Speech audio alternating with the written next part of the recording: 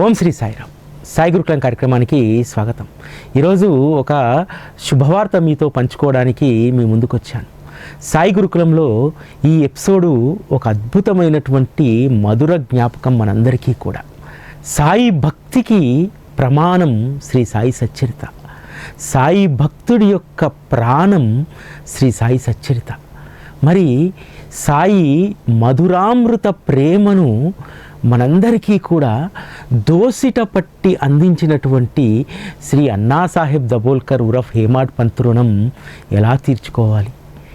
వారు అందించినటువంటి సచ్చరిత మనము అనేక సందర్భాల్లో పారాయణ చేస్తాం.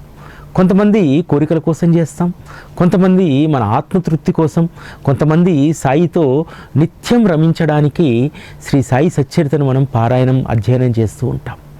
మరి ఇంత అద్భుతమైనటువంటి ఆస్వాదన, ఒక రకంగా చెప్పాలంటే మనందరికీ తాపత్రయాలను తీర్చేటువంటి చలివేంద్రాన్ని మనకు శ్రీ అన్నాసాహెబ్ దబోల్కర్ హేమాడ్ పంత్ ఇచ్చారు కదా. మరి అటువంటి హేమాడ్ పంత్కు మనం కృతజ్ఞత తెలియజేసుకోవాలి కదా.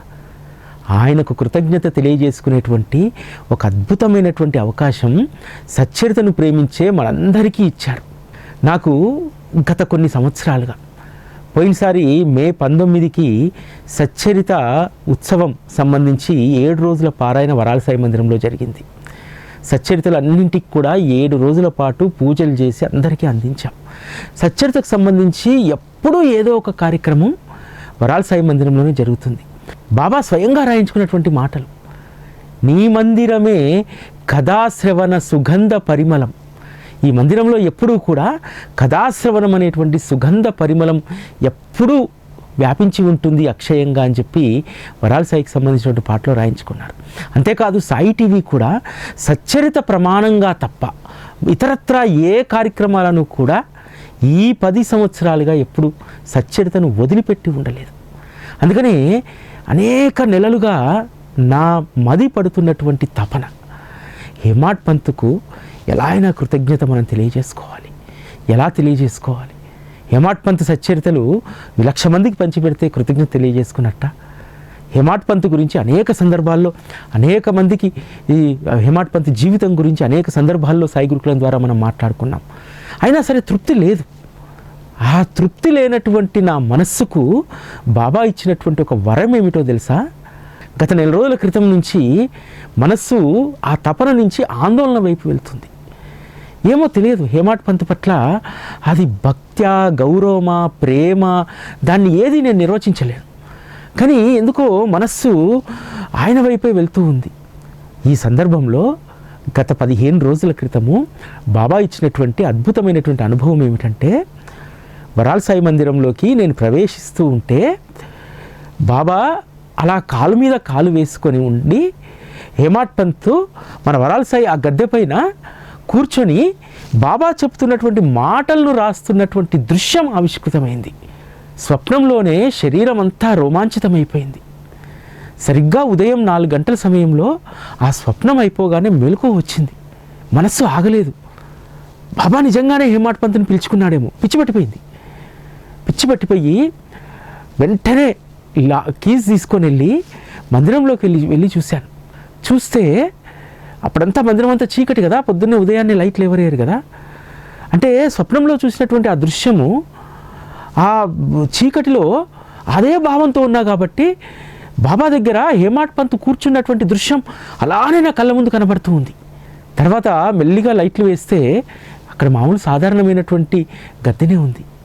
అప్పటి నుంచి ఉదయం 7 గంటల వరకు అక్కడే కూర్చొని సచ్చరితను ఇట్లా హృదయానికి హత్తుకొని బాబానే చూస్తూ ఉండిపోయాను. చూస్తూ ఉండిపోతే అదే దృశ్యం హేమాడ్ పంత్ బాబా పక్కన కూర్చొని ఉన్నారు. మనకు ఏ భావన అయితే కలుగుతుందో దాన్ని బాబా 100% సాకారం చేస్తారు. అలా 3 గంటల పాటు బాబా వైపే తదేకంగా చూస్తూ కళ్ళు మూసుకొని స్వప్నంలో ఏ దృశ్యమైతే కనిపించిందో ఆ దృశ్యాన్నే నేను అవలోకనం చేస్తూ ఉన్నాను. అప్పుడు నాకు గుర్తు వచ్చినటువంటి సందర్భం, హోలీ పౌర్ణమి రోజు బాబా ఒక సాధువు రూపంలో వచ్చి నేను మీ ఇంటికి భోజనానికి వస్తానంటే తప్పక బాబా ఏదో ఒక రూపంలో వస్తారని చెప్పి హేమాడ్ పంత్ స్థిరంగా నమ్మారు కదా, ఆ లీలంతా కూడా స్ఫురణకు వస్తూ ఉంది. అంటే బాబా ఏం చెప్పాడు? హేమాడ్ పంత్ రాబోతున్నాడు. ఇక్కడ ఎప్పుడూ కూడా నిత్యం కథాశ్రవణం జరుగుతుంది. సచ్చరిత యొక్క మననం, దాని ధ్యాసలోనే ఈ మందిరం, ఈ ప్రాంగణం. ఎందుకంటే మొదటి అంతస్తులో వరాల సాయి మందిరం ఉంటుంది, పైన సాయి టీవీ ఉంటుంది, ఎప్పుడూ నామస్మరణం జరుగుతూ ఉంటుంది సాయి టీవీ ద్వారా. ఎప్పుడు సాయి కథామృతం ఎప్పుడూ కూడా సాయి టీవీ ద్వారా భక్తజనానికి అందిస్తూ ఉంటారు. కాబట్టి ఇక్కడ హేమాడ్ పంత్ రాబోతున్నాడు. ఎలా రాబోతున్నాడు, ఎందుకు వస్తారు ఆయనే అనేటువంటి అనేక రకాలైన ఆలోచన. ఆ రోజు కనుక హేమాడ్ పంత్ నీ ఇంటికి నేను భోజనానికి వస్తున్నానని చెప్పినప్పుడు తప్పకుండా బాబా వస్తారనేటువంటి కృతనిశ్చయం ఎలా ఉందో నాకు కూడా కృతనిశ్చయం వచ్చేసింది. హేమాడ్ పంత్ ఏ ఫామ్లో వస్తారు, ఎలా వస్తారు అనేటువంటి దాన్ని ఆలోచిస్తూ ఆలోచిస్తూ ఆలోచిస్తూ ఉన్నప్పుడు ఎందుకు హేమాడ్ పంత్ యొక్క సజీవ మూర్తిని ఇక్కడ పెట్టకూడదు? అందులో ఏం పొరపాటు ఉంది? అప్పుడే నేను ఊహించేసుకున్నాను. హేమాడ్ పంత్ ఆయన యొక్క పోర్చర్ ఇక్కడ ఉంటే అది కూడా ఒక సజీవమైనటువంటి విగ్రహం రూపంలో ఉండాలి. ఎందుకంటే బాబా మన దగ్గర ఒక సజీవ మూర్తి మన దగ్గర ఉంటారు. ఎప్పుడు మనం అనేక కార్యక్రమాలకు తీసుకెళ్తూ ఉంటాం. ఆ మూర్తి పోలినటువంటి అదే సజీవ కళ ఉన్నటువంటి ఆ మూర్తిని ఇక్కడ ఉద్ఘాటన చేయాలి, ఇక్కడ ఏర్పాటు చేయాలి వరాల సాయి మందిరంలో. ఎందుకంటే హేమాడ్ పంత్ని చూడగానే సచ్చరిత అంతా మన కళ్ళ ముందు కనబడాలి. ఇక ఆలస్యం చేయకుండా ఎవరైతే మనకు బాబా మూర్తిని చేశారో ఆయనను సంప్రదించి ఎట్టి పరిస్థితుల్లో నాకు హేమాడ్ పంత్ యొక్క విగ్రహము హోలీ పౌర్ణమి నాటికి నాకు కావాలి.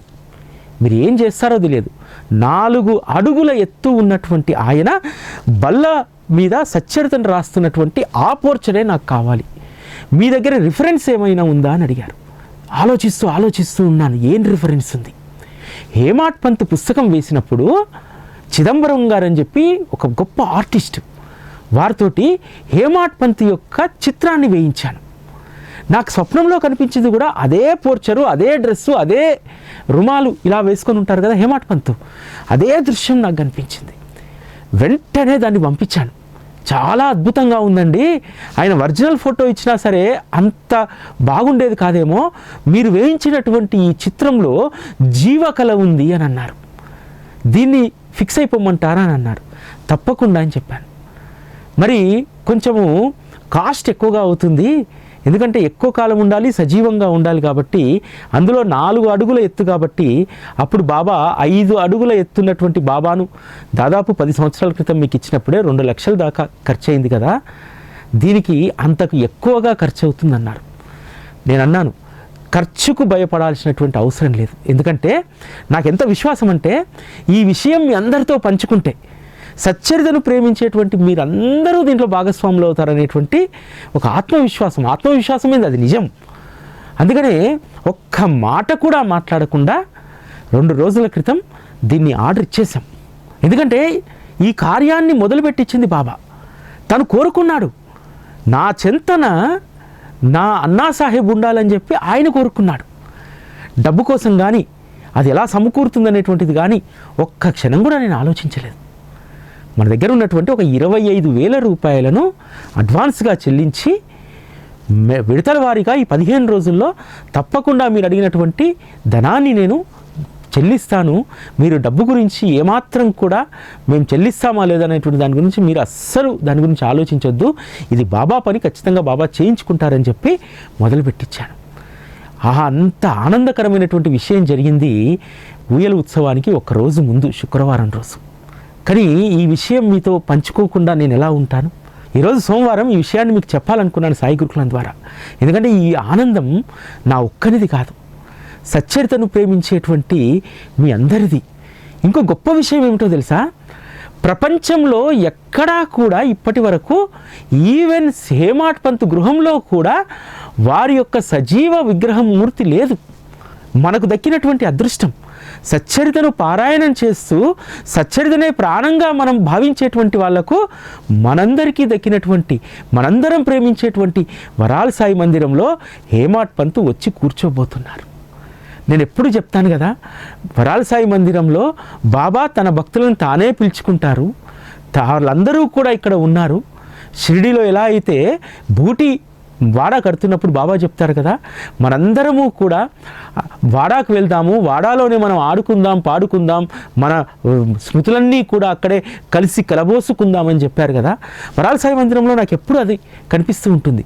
ఎందుకంటే వరాల సాయి మందిరంలో ఆ రోజు బాబాతో ఉన్నటువంటి భక్తులందరూ కూడా ఇక్కడ కొలువై ఉన్నారు. ఈరోజు షిరిడీలో కానీ, సచ్చరితలో కానీ, లేకపోతే ఇతరత్ర ఏ భక్తుడి గురించి మనం ఏ విధంగా తెలుసుకున్నాం? దానికి ప్రమాణం ఏమిటి? శ్రీ సాయి సచ్చరిత కదా. మరి శ్రీ సాయి సచ్చరిత కూర్పు ఎంత అద్భుతంగా చేస్తే ఈరోజు మనము ఆ రోజు బాబాతో ఉన్నటువంటి భక్తుల యొక్క అనుబంధం గురించి, ప్రేమ గురించి, బాబా యొక్క వాత్సల్యం గురించి మనం తెలుసుకుంటున్నాం. మరి అటువంటి హేమాడ్ పంత్కు మనము కృతజ్ఞత తెలియజేసుకునేటువంటి అవకాశాన్ని కూడా బాబా ఇచ్చాడు. బాబాకు హేమాడ్ పంత్ పట్ల ఎంత ప్రేమ ఉంది కదా. హేమాడ్ పంతే చెప్తాడు కదా, సచ్చరితలో ఒక మాట చెప్తారు, బాబాకు తన కథలంటే తనకి ఇష్టం, తన కథలు తానే శ్రవణం చేయడం ఇష్టం అని చెప్పి, అటువంటప్పుడు తన కథను అత్యంత రసభరితంగా, అత్యంత మధురంగా మనకు అందించినటువంటి హేమాడ్ పంత్ పైన ఎందుకు ప్రేమ ఉండదు? ఎప్పుడూ కూడా సచ్చరిత సచ్చరిత, అన్నాసాహెబ్ దబోల్కర్ అని చెప్పి మనం తప్పిస్తాం కదా. దానికి సాకార రూపమే ఈరోజు ప్రపంచంలో మొట్టమొదటిసారి, ఈరోజు ప్రపంచంలో కొన్ని కోట్ల మంది శ్రీ సాయి సచ్చరితను పారాయణ చేస్తారు. శ్రీ సాయి సచ్చరిత పట్ల ప్రేమ ఎలా ఉంటుందంటే భక్తులది, సాయి సచ్చరితను హ్యాండ్బుక్ లాగా ఇలా పట్టుకోరు ఎవరం. మనం హ్యాండ్బుక్ లాగా అసలు పట్టుకోం. సచ్చరిత మన చేతికి వచ్చిందంటే కళ్ళ ముందు అది పారాయణకైనా ఉండాలి, లేదా దాన్ని పట్టుకుంటే మన హృదయానికి హత్తు పొక్కుని అయినా అది ఉండాలి. ఆ తర్వాత అది పూజా మందిరంలో భద్రపరిచి ఉండాలి. దానికి అంత గౌరవాన్ని మనం ఇస్తాం. ఒక రకంగా శ్రీ సాయి సచ్చరితకు మనం గౌరవం ఇస్తున్నామంటే హేమాడ్ పంత్కు కూడా గౌరవం ఇచ్చినట్టే. ఈరోజు బాబా మార్గంలో సాయి అనేటువంటి నామం తర్వాత మనందరం ఎక్కువగా ఉచ్చరించేటువంటిది హేమాడ్ పంత్ నామమే. ఎందుకు తెలుసా? ఏమంటాము? అన్నాసాహెబ్ దబోల్కర్ రాసినటువంటి సచ్చరిత ఉందా అండి? హేమాడ్ పంత్ సచ్చరిత ఉందా అండి? హేమాడ్ పంత్ గారు సచ్చరిత రాశారు కదా, అది ఎన్ని భాషల్లో అనువాదం అయిందండి? ఇలా అడుగుతాను తప్ప మరొక రచయిత పేరు మనం అడగం. ఎందుకంటే సచ్చరిత అంటే హేమాడ్ పంత్, హేమాడ్ పంత్ అంటే సచ్చరిత. నేను ఈరోజు మీ అందరినీ కోరేది ఒకటే, సచ్చరితను మీరు ఎంతగా ప్రేమిస్తారు. శ్రీ అన్నాసాహెబ్ దబోల్కర్ ఉరఫ్ హేమాడ్ పంత్ విగ్రహ స్థాపనకు మీ ప్రేమ ఎంతుందో చూపెట్టండి. మీ ప్రేమ కేవలం మాటల్లో కాదు, దక్షిణ రూపంలో చూపెట్టండి. ఎందుకంటే అత్యద్భుతంగా హేమాడ్ పంత్ మూర్తిని మనం చేయిస్తున్నాం. జీవితంలో ఒక్కసారి వచ్చేటువంటి అవకాశం. ఇక్కడ ఒక అద్భుతమైనటువంటి సంఘటన నాకు గుర్తొచ్చింది. బాబా యొక్క మూర్తి షిరిడీలో ప్రతిష్ఠించాలనేటువంటి తీర్మానం జరిగిన తర్వాత అనేక మంది శిల్పులకు బాబా యొక్క చిన్న చిత్రపటం ఇచ్చి పంపిస్తారు. కానీ తాలీం అనేటువంటి శిల్పికి బాబా స్వయంగా దర్శనమిచ్చి కాలు మీద కాలు వేసుకొని కూర్చొని, ఇదిగో ఈ పోర్చర్లో నా విగ్రహాన్ని నువ్వు చెక్కాలి అని చెప్పి స్వప్న దర్శనమిచ్చి మరి వారి యొక్క దివ్యమంగళ సజీవ రూపాన్ని వారు రూపొందింపజేసుకున్నారు. సేమ్ అదే ప్యాటర్న్లో, అదే విధంగా బాబా స్వప్న దర్శనమిచ్చి, నేను దేనికోసమైతే తపిస్తున్నాను దానికోసము బాబా స్వప్న దర్శనం ఇచ్చి, ఇదిగో నా పక్కన ఈ విధంగా హేమాడ్ పంత్ ఉండాలి, ఆయనకు ఇక్కడ నేను స్థానం కల్పిస్తున్నాను. ఈ మందిరము కథాశ్రవణ సుగంధ పరిమళం ఎప్పుడు ఇక్కడ వ్యాపిస్తూ ఉంటుంది. ఈ మందిరానికి మరింత మహత్తునివ్వడానికి, ఇక్కడ కథాశ్రవణం మరింత అద్భుతంగా భవిష్యత్ తరాలకు అందించడానికి ఇక్కడ హేమాడ్ పంత్ నీకు తోడవుతున్నాడు అని చెప్పి బాబా చెప్పినటువంటి విధానం నిజంగా అద్భుతం. ఆ స్వప్నం నుంచి నేను ఇప్పటికీ తేరుకోలేదు. ఎందుకంటే ఇప్పుడు నేను మాట్లాడుతున్నటువంటిది మీకు చాలామంది, కొంతమందికి అతిశయోక్తి అనిపించవచ్చు, కానీ అనుభవించినటువంటి వారికి మాత్రమే తెలుస్తుంది. కాబట్టి మీరు సచ్చరితను ప్రేమించేటువంటి మీరందరూ కూడా మీకు ఎంత ప్రేమ ఉందో ఆ ప్రేమను హేమాడ్ పంత్ విగ్రహ రూపకల్పన కోసం అయ్యేటువంటి వ్యయంలో చూపెట్టండి. కొన్ని అవకాశాలు కొద్ది మందికి మాత్రమే దక్కుతాయి. సాయి టీవీ కొన్ని లక్షల మంది చూస్తారు. అదేవిధంగా రోజు సాయి గురుకులం కూడా కొన్ని వేల మంది యూట్యూబ్లో చూస్తారు, కొన్ని లక్షల మంది టీవీ సెట్లలో చూస్తారు.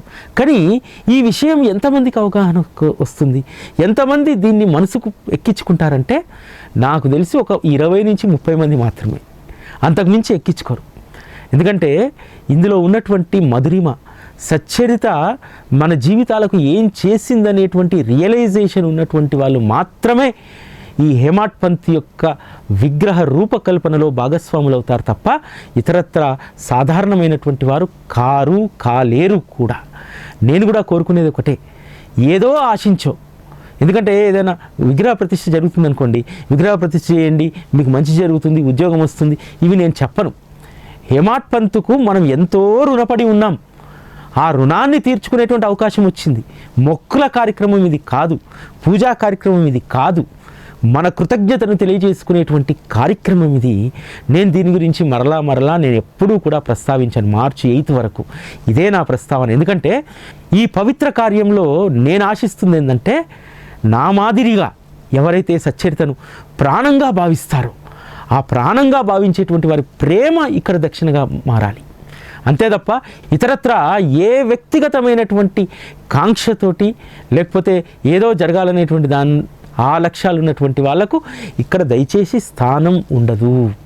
కేవలం సచ్చరిత పట్ల ప్రేమ కలిగినటువంటి వారికి మాత్రమే ఈ అవకాశము. చాలామంది సాయి గురుకులం చూసి మెసేజ్ పెడుతుంటారు. అంతేకాదు బాబా యొక్క కథా శ్రవణాన్ని విని కూడా అనేక మంది తన్మయత్వానికి లోనవుతూ ఉంటారు. అటువంటి వాళ్ళందరికీ కూడా ఇది ఒక గొప్ప సువర్ణ అవకాశం. ప్రపంచంలో ఇంత అద్భుతమైనటువంటి ఆవిష్కరణ, ఇంత అద్భుతమైనటువంటి కృతజ్ఞతా సమర్పణ మనకు సచ్చరిత అందించినటువంటి శ్రీ హేమాడ్ పంత్ అనేటువంటి ఆ మహానుభావుడికి మనం ఇచ్చేటువంటి కృతజ్ఞత, వారికి సమర్పించేటువంటి అంజలి ఇంతకంటే గొప్పగా ఉండదు.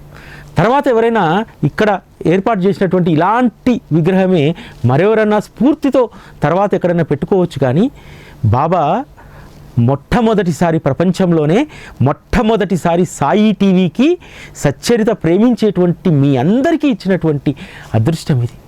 ఎందుకంటే హేమాడ్ పంత్ గురించి చెప్పుకోవాలంటే నిజంగా సచ్చరిత ఇంత అద్భుతంగా వేరే వాళ్ళు ఇంత అద్భుతంగా మలిచేటువంటి వాళ్ళు కాదు. హేమాడ్ పంత్ని బాబా ఎందుకు ఎంచుకున్నారు? కార్యదక్షత. మొదట ఎత్తుకున్నటువంటి బాధ్యతను చివరిదాకా ఎవరైతే దింపరో వారికే అద్భుతమైనటువంటి బాధ్యతను బాబా అప్పగిస్తారు.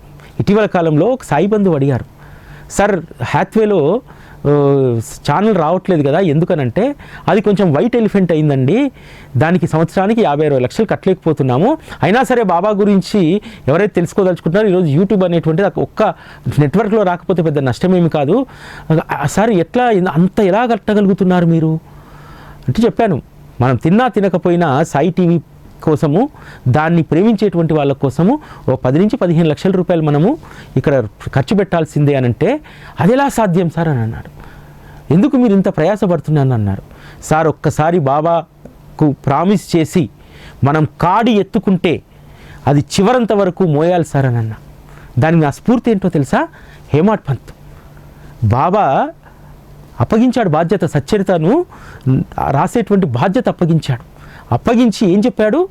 కేవలం నువ్వు నిమిత్త మాత్రుడిగా ఉండు, కథలను లీలను ప్రోగు చేసుకో అని చెప్పాడు. అంతే చేశాడు హేమాడ్ పంత్.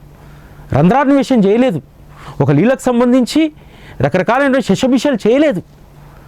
ఏ లీల అయితే సరైందో అది మాత్రమే బాబా రాయించుకుంటారన్నారు. సచ్చరిత అలానే రాశారు. 175 లీలలు ఉంటాయి శ్రీ సాయి సచ్చరితలో. ప్రతి లీల కూడా మన జీవితానికి అద్భుతమైనటువంటి ధైర్యాన్ని ఇచ్చేలాగా ఉంటుంది. సచ్చరిత చేతపట్టుకున్న తర్వాత ఎంతమంది బలవన్మరణాలను వాయిదా వేసుకున్నారో తెలుసా? ఆ రోజు నుంచి ఈ రోజు వరకు సచ్చరిత అనేక మంది ప్రాణాలను రక్షించింది. అంబడేకర్ కథ చదివితే చాలు కదా, ఏమర్థమవుతుంది అంబడేకర్ కథ? ఇంతకంటే గొప్ప కథ ఎక్కడన్నా ఉంటుందా? సర్వస్వం కోల్పోయాను, ఆత్మహత్య చేసుకుందామని వస్తాడు, బాబా సగనుమేర నాయక్ ద్వారా అక్కలకోట స్వామి జీవిత చరిత్ర ఇస్తాడు. అందులో బలవన్మరణం అనేటువంటిది చాలా తప్పు.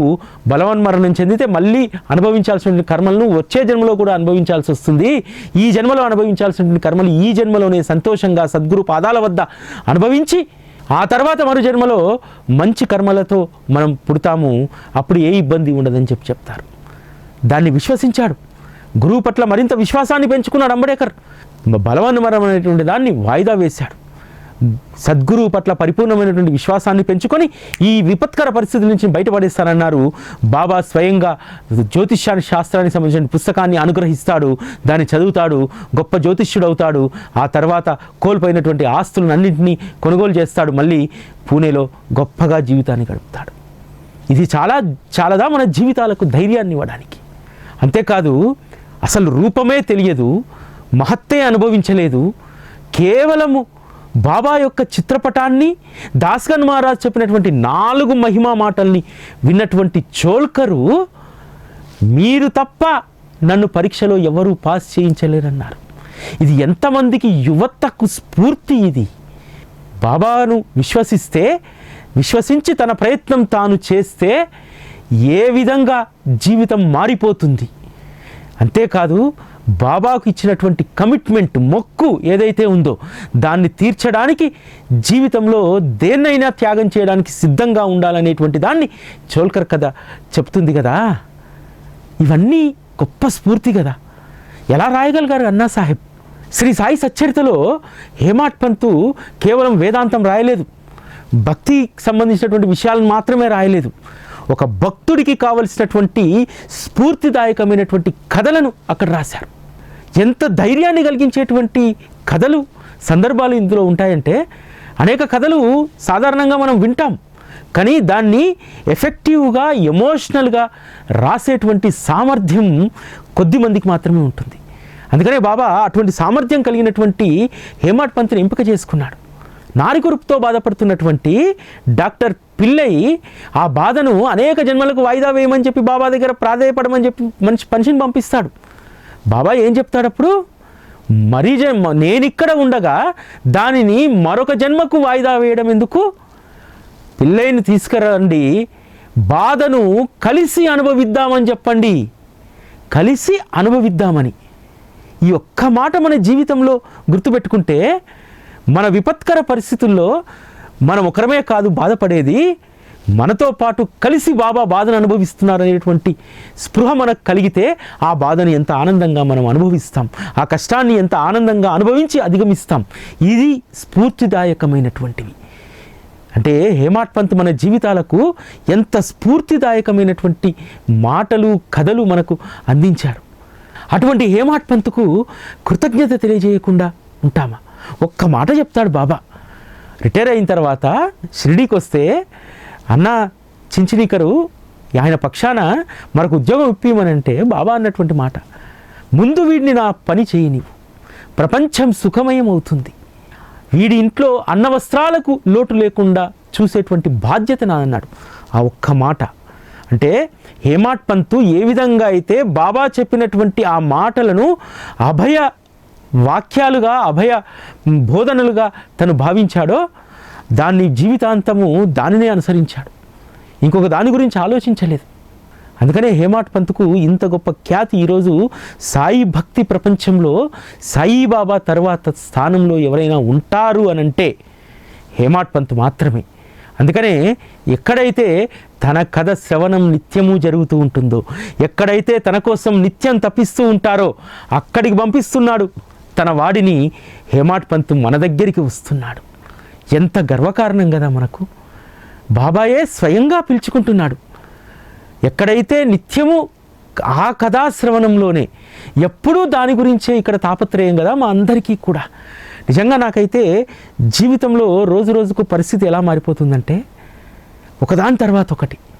ఈసారి కొత్తగా మార్చ్ ఉమెన్స్ డే సందర్భంగా 8వ తారీఖు తర్వాత వచ్చేటువంటి 10వ తారీఖు రోజు మనం మహిళా దినోత్సవానికి సంబంధించి కార్యక్రమం, స్త్రీమూర్తులను గౌరవించుకునే కార్యక్రమం, ఆ వెంబడే హోలీ పౌర్ణమి, దానికంటే ముందు ఊయల ఉత్సవం.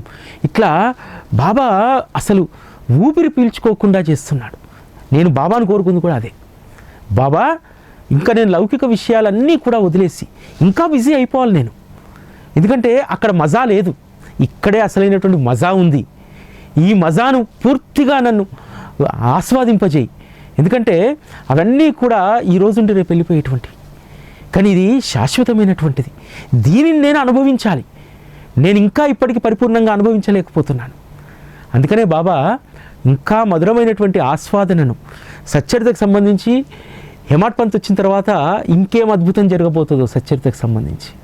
మన నవంబర్ 26కు సచ్చరిత 94వ జయంతి ఉత్సవం చేశాం కదా, ఆ రోజు అనిపించింది సచ్చరిత యొక్క శతాబ్ది ఉత్సవం చేయాలి, అది సాయి టీవీ ద్వారానే జరగాలి అనేటువంటి బలమైనటువంటి సంకల్పం కలిగింది. ఈ 100 వసంతాల శ్రీ సాయి సచ్చరిత ఉత్సవాన్ని జరిపించుకోవడానికి హేమాడ్ పంత్ను బాబా పంపిస్తున్నాడు. ఇంతకంటే గర్వకారణం ఇంకేమీ ఉంటుంది మనకు? ఇది నా ఒక్కడికి సంబంధించినటువంటిది కాదు. సాయి గురుకులం మీరు కొన్ని వందల మంది, వేల మంది రెగ్యులర్గా చూస్తూ ఉంటారు. ఇది మీ అందరికీ సంబంధించినటువంటి విషయం. మీరందరూ కూడా మీ ప్రేమను రంగరించి ఆ విగ్రహాన్ని రూపొందించేటువంటి బాధ్యత మీరందరూ కూడా తీసుకోవాలి. అందుకనే ఈ కార్యక్రమానికి సంబంధించి నేను సాయి టీవీలో స్క్రోలింగ్ వెయ్యను, ఒక ప్రోమో వెయ్యను, ఒక యాడ్ వెయ్యను. ఇదే నేను చెప్పేటువంటి ఫైనల్ అండ్ అల్టిమేట్ ఇన్ఫర్మేషన్ ఇది ఒకటే చెయ్యను. ఎందుకు? హేమాడ్ పంత్ పట్ల, సచ్చరిత పట్ల ప్రేమ కలిగినటువంటి వాళ్లకు పదే పదే దీన్ని నేను చెప్పాలా? అవసరం లేదు, నేను చెప్పను. ఒకవేళ ఎవ్వరూ ముందుకు రాకపోయినా బాబాయే ఏ ఒక్కరికి స్ఫూర్తి ఇచ్చినా చాలు, నాకు ఏ ఇద్దరికి స్ఫూర్తి ఇచ్చినా చాలు. కాకపోతే ఏంటంటే నా తపన ఏంటంటే మీరు ప్రతిరోజు సాయి గురుకులం ఆస్వాదిస్తూ దాని పట్ల ఆనందించేటువంటి వాళ్ళు కొన్ని వందల మంది ఉన్నారు. ఎందుకంటే మీరు కొన్ని వందల మంది మీరు దీన్ని ఆస్వాదించబట్టి, చూడబట్టి, మీరు రోజు కూడా అది చూసిన తర్వాత రేపు ఇంకా ఇంతకంటే అద్భుతమైనటువంటి విషయాలు వినాలనేటువంటి తపన మీలో ఉంది. కాబట్టి ఆ తపన తరంగాలు బాబా నా వరకు చేర్చి ఇంకా అద్భుతంగా సాయి గురుకులం ఉండాలి, సచ్చరిత పట్ల ఇంకా అద్భుతమైనటువంటి కార్యక్రమాలు చెయ్యాలి అనేటువంటి ఆ మీ యొక్క అనురాగపు తరంగాలను బాబా నా వరకు చేరుస్తున్నారు. నాకు అద్భుతమైనటువంటి శక్తిని ఇస్తున్నారు.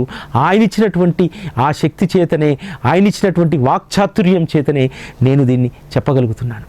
సచ్చరిత అనేటువంటి సరస్వతి మనకు లేకపోతే బాబా గురించి ఒక్క పలుకు మనం పలకలేం. అన్నాసాహెబ్ దబోల్కర్ ఉరఫ్ హేమాడ్ పంత్ అనేటువంటి నిబద్ధతకు నిలువెత్తు నిదర్శనం లేకపోతే శ్రీ సాయి సచ్చరితను మనం ఆస్వాదించకపోయే వాళ్ళం. హేమాడ్ పంత్ ఎంత అదృష్టవంతుడంటే ఆయన యొక్క ఆలోచన కూడా చాలా అద్భుతం. ఎందుకంటే సచ్చరిత కంటే ముందు దాస్గన్ మహారాజ్ గారు భక్తలీలామృతం, సంతలీలామృతంలో బాబా లీలలు రాశారు. అదేవిధంగా సావిత్రిబాయి టెండూల్కర్ భావావేశంతో 800 అభంగాలు రాశారు, భజనమాల. వీళ్ళందరూ రాసిన విషయము హేమాడ్ పంత్కు తెలుసు. కానీ బాబా అనుమతితో రాజముద్ర పడాలి, దేనికైనా సరే రాజముద్ర లేనటువంటి కాగితం ఎందుకు పనికిరాదు. ఈరోజు మీరు చూడండి, ఒట్టిగా ఎన్ని కాగితాలు రాసుకున్నా వేస్ట్. మన బర్త్ సర్టిఫికేట్ దగ్గర నుంచి డెత్ సర్టిఫికేట్ వరకు రాజముద్ర ఉంటేనే అది చెల్లుతుంది కదా.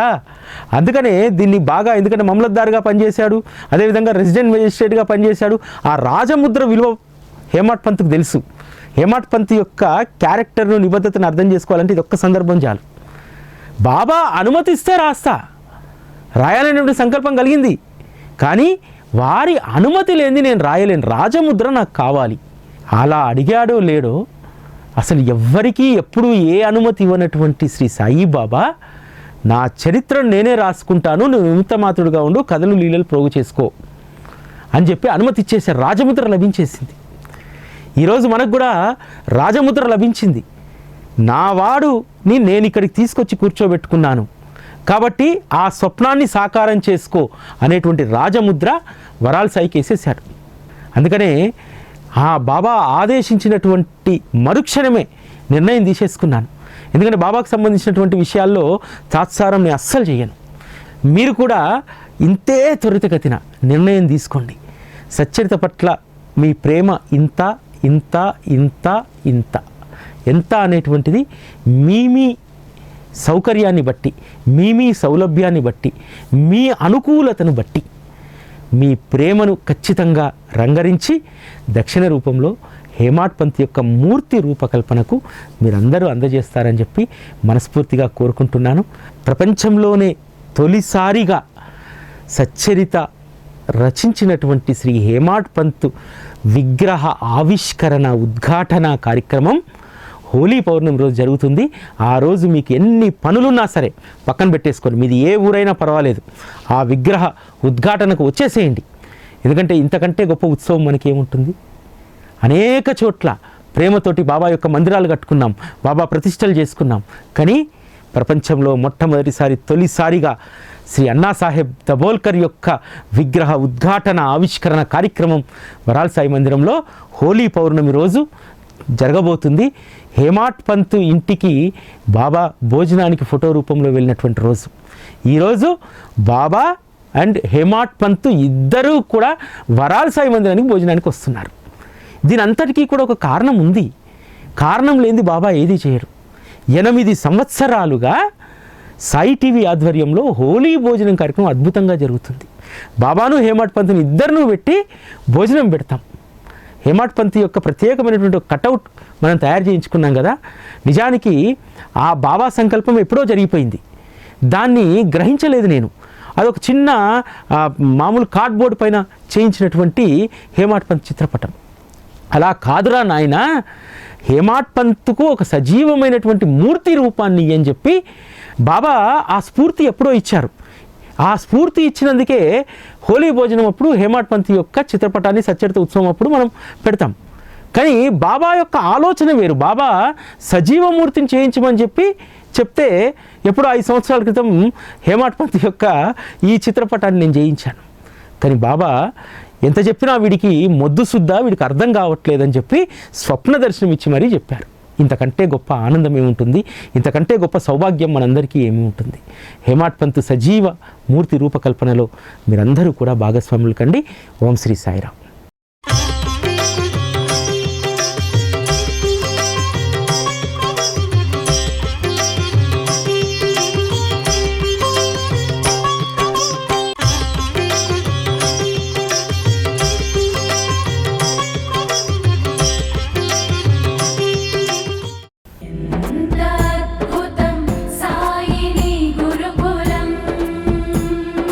శిక్షణే తప్ప శిక్షలు లేని శరణాగతి సౌదం.